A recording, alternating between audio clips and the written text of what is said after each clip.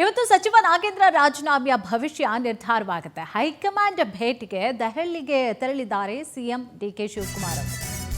So ಇವತ್ತು ಗೊತ್ತಾಗುತ್ತೆ ನೋಡಿ ಸಚಿವ ನಾಗೇಂದ್ರ ರಾಜೀನಾಮೆಯ ಭವಿಷ್ಯ ಏನಾಗುತ್ತೆ ಅಂತ.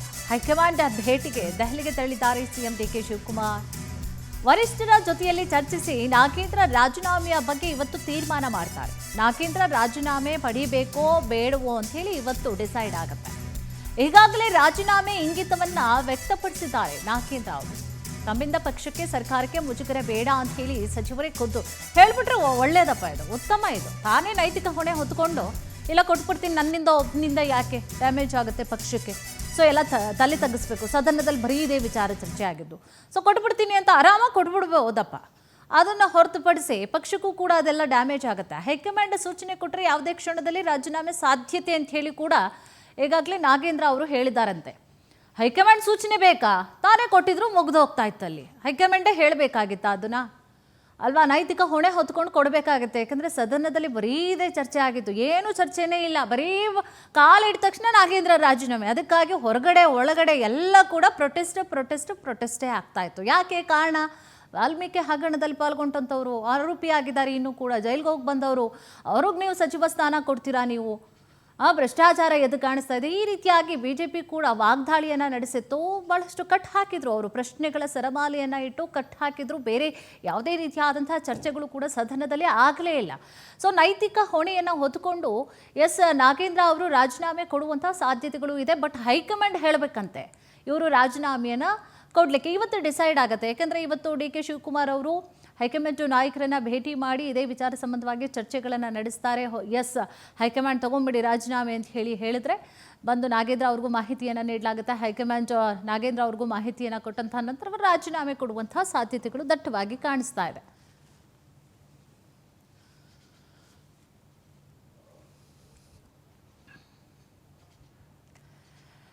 ನೋಡಿ ಇವತ್ತು ಗೊತ್ತಾಗುತ್ತೆ ನಾಗೇಂದ್ರ ಅವರು ರಾಜೀನಾಮೆ ಕೊಡ್ತಾರಾ ಇಲ್ವಾ ಅನ್ನುವಂಥ ಸಚಿವ ಸ್ಥಾನದ ಭವಿಷ್ಯ ಇವತ್ತು ಡಿಸೈಡ್ ಆಗುತ್ತೆ.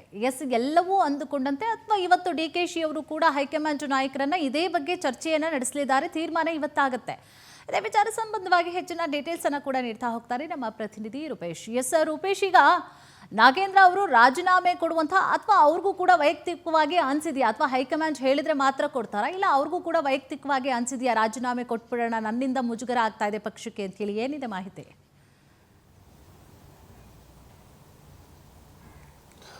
ಕುಸುಮ, ಈಗ ನಾಗೇಂದ್ರ ರಾಜೀನಾಮೆಗೆ ಸಂಬಂಧಪಟ್ಟಂತೆ ದೊಡ್ಡ ಮಟ್ಟಕ್ಕೆ ಚರ್ಚೆ ಆಗ್ತಾ ಇತ್ತು. ನಿನ್ನೆ ಪೂರ್ತಿ ಚರ್ಚೆ ಆಗಿತ್ತು. ಯಾಕಂತ ಹೇಳಿದ್ರೆ ಡಿ ಕೆ ಶಿವಕುಮಾರ್ ಬಳಿಯಲ್ಲಿ ರಾಜೀನಾಮೆ ಕೊಡುವಂತ ಇಂಗಿತವನ್ನು ವ್ಯಕ್ತಪಡಿಸಿದ್ದಾರೆ. ಯಾಕಂದ್ರೆ ಪಕ್ಷಕ್ಕೆ ಒಂದು ಡ್ಯಾಮೇಜ್ ಆಗುತ್ತೆ, ಇದಕ್ಕೆ ಸಂಬಂಧಪಟ್ಟಂತೆ ಪಕ್ಷಕ್ಕೆ ಡ್ಯಾಮೇಜ್ ಆಗುತ್ತೆ, ಈಗ ದೊಡ್ಡ ಮಟ್ಟಕ್ಕೆ ಡ್ಯಾಮೇಜ್ ಆಗೋದಾದ್ರೆ ಆಗ್ತಾ ಇದೆ. ಇದಕ್ಕೋಸ್ಕರವಾಗಿ ರಾಜೀನಾಮೆ ಕೊಡಲಿಕ್ಕೆ ಹೈಕಮಾಂಡ್ ಹೇಳಿದ್ರೆ ಸಿದ್ಧ ಅಂತ ಹೇಳಿದ್ದಾರೆ. ಅದಕ್ಕೋಸ್ಕರವಾಗಿ ಡಿ ಕೆ ಶಿವಕುಮಾರ್ ಈ ವಿಚಾರವನ್ನು ಹೈಕಮಾಂಡ್ಗೆ ಕಮ್ಯುನಿಕೇಟ್ ಮಾಡಬೇಕು.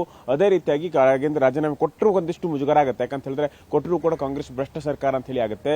ಹೀಗಾಗಿ ಇಲ್ಲಿಷ್ಟು ಒಂದಿಷ್ಟು ಗೊಂದಲ, ರಾಜೀನಾಮೆ ಕೊಡಬೇಕಾ ಅಂತೇಳಿ. ಕೊಟ್ರೆ ಪಕ್ಷಕ್ಕೆ ಏನು ಲಾಭ ಆಗುತ್ತೆ, ಕೊಡದಿದ್ರೆ ಪಕ್ಷಕ್ಕೆ ಏನು ಲಾಭ ಆಗುತ್ತೆ, ಎಲ್ಲಾ ವಿಚಾರವನ್ನ ವಿಮರ್ಶೆ ಮಾಡಿಕೊಂಡು ಇಲ್ಲಿ ಡಿಫೆಂಡ್ ಮಾಡ್ಕೊಳ್ಬೇಕು. ಈ ಪ್ರಯತ್ನವನ್ನ ಕಾಂಗ್ರೆಸ್ ಮಾಡಲಿಕ್ಕೆ ಹೊರಟಿರ್ತಕ್ಕಂಥದ್ದು.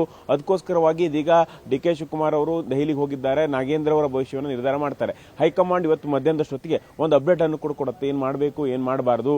ಅದೇ ರೀತಿ ನಾಗೇಂದ್ರ ರಾಜೀನಾಮೆ ಕೊಡಲೇಬೇಕಾ, ಕೊಟ್ಟರೆ ಪಕ್ಷಕ್ಕೆ ಅನುಕೂಲ ಆಗುತ್ತಾ, ಈ ರೀತಿಯಾಗಿರ್ತಕ್ಕ ವಿಚಾರ ಸಂಬಂಧಪಟ್ಟಂತೆ ಒಂದು ಸ್ಪಷ್ಟನೆ ಅಂತ ಕೊಡುತ್ತೆ. ಅದಕ್ಕೋಸ್ಕರವಾಗಿ D K Shivakumar, K C Venugopal ಇರ್ಬೋದು, ಅದೇ ರೀತಿ ಎಸಿಸಿ ಅಧ್ಯಕ್ಷ ಮಲ್ಲಿಕಾರ್ಜುನ್ ಖರ್ಗೆ ಹಾಗೆ ರಾಹುಲ್ ಗಾಂಧಿ ಅವರ ಒಪಿನಿಯನ್ ಪಡ್ಕೊಂಡು ಏನ್ ಮಾಡಬೇಕು ಅಂತೇಳಿ ಒಂದಿಷ್ಟು ಡಿ ಕೆ ಶಿವಕುಮಾರ್ ಕೂಡ ಒಂದಿಷ್ಟು ಆಡೆಡ್ ಪಾಯಿಂಟ್ಸ್ ಗಳನ್ನು ಕೂಡ ಕೊಡ್ತಾರೆ. ಯಾಕಂತ ಹೇಳಿದ್ರೆ ರಾಜೀನಾಮೆ ಕೊಟ್ರೆ ಒಂದು ಬೇರೆ ರೀತಿಯ ಸಂದೇಶಗಳು ಹೋಗುತ್ತೆ. ಯಾಕಂತ ಹೇಳಿದ್ರೆ ಈಗ ಹಿಂದೆ ಆಗಿರತಕ್ಕಂಥ ಹಗರಣಕ್ಕೆ ಸಂಬಂಧಪಟ್ಟಂತೆ ಜನರಿಗೂ ಕೂಡ ಸತ್ಯ ಇರಬಹುದು ಅನ್ನುವಂತಹ ರೀತಿಯಲ್ಲಿ ಚರ್ಚೆ ಶುರುವಾಗುತ್ತೆ. ಇದಕ್ಕೋಸ್ಕರ ಇಲ್ಲಿವರೆಗೂ ಕೂಡ ನಾವು ಹೋರಾಟವನ್ನ ಅಥವಾ ಪಾದಯಾತ್ರೆ ಎಲ್ಲವನ್ನೂ ಕೂಡ ಎದುರಿಸಿಕೊಂಡು ಬಂದಿದ್ದೇವೆ, ಮುಂದೂ ಕೂಡ ಎದುರಿಸೋಣ ಅಂತ ಹೇಳಿ ಇದೆಲ್ಲ ರಾಜಕೀಯಗೊಳಿಸಲಿಕ್ಕೆ ಪ್ರಯತ್ನ ಪಡ್ತಾ ಬಿಟ್ರೆ ಇದು ಯಾವುದೇ ರೀತಿಯಾಗಿರ್ತಕ್ಕಂಥ ತಿರುಳಿಲ್ಲ ಅನ್ನುವಂತಹ ಸಂದೇಶವನ್ನ ರವಾನಿಸುವುದಕ್ಕೆ ಒಂದಿಷ್ಟು ನಾಯಕರುಗಳು ಕೂಡ ಮನಸ್ಸು ಮಾಡೋದು ಕಾಣ್ತಾ ಇದೆ. ಕಾಂಗ್ರೆಸ್ ಒಂದಿಷ್ಟು ಜನ ನಾಯಕರು ಹೇಳ್ತಾ ಇದ್ದಾರೆ ರಾಜೀನಾಮೆ ಕೊಟ್ಟರೆ ಅನುಕೂಲ ಅನ್ನುವಂತ ಮಾತಲ್ಲಿ ಕೂಡ ಮಾತಾಡ್ತಾ ಇದ್ದಾರೆ. ಆದ್ರೆ ಹೈಕಮಾಂಡ್ ಒಪಿನಿಯನ್ ಈ ಬಗ್ಗೆ ಸಂಬಂಧಪಟ್ಟಂತೆ ಡಿ ಕೆ ಶಿವಕುಮಾರ್ ಒಪಿನಿಯನ್ ತೆಗೆದುಕೊಳ್ತಾರೆ. ಇವತ್ತು ಸಂಜೆ ಅಷ್ಟೊತ್ತಿಗೆ ರಾಜೀನಾಮೆ ನೀಡಬೇಕೋ ಬೇಡ ಅನ್ನೋ ವಿಚಾರದ ಸಂಬಂಧಪಟ್ಟಂತೆ ಒಂದು ನಿರ್ಧಾರ ಪ್ರಕಟ ಆಗುತ್ತೆ.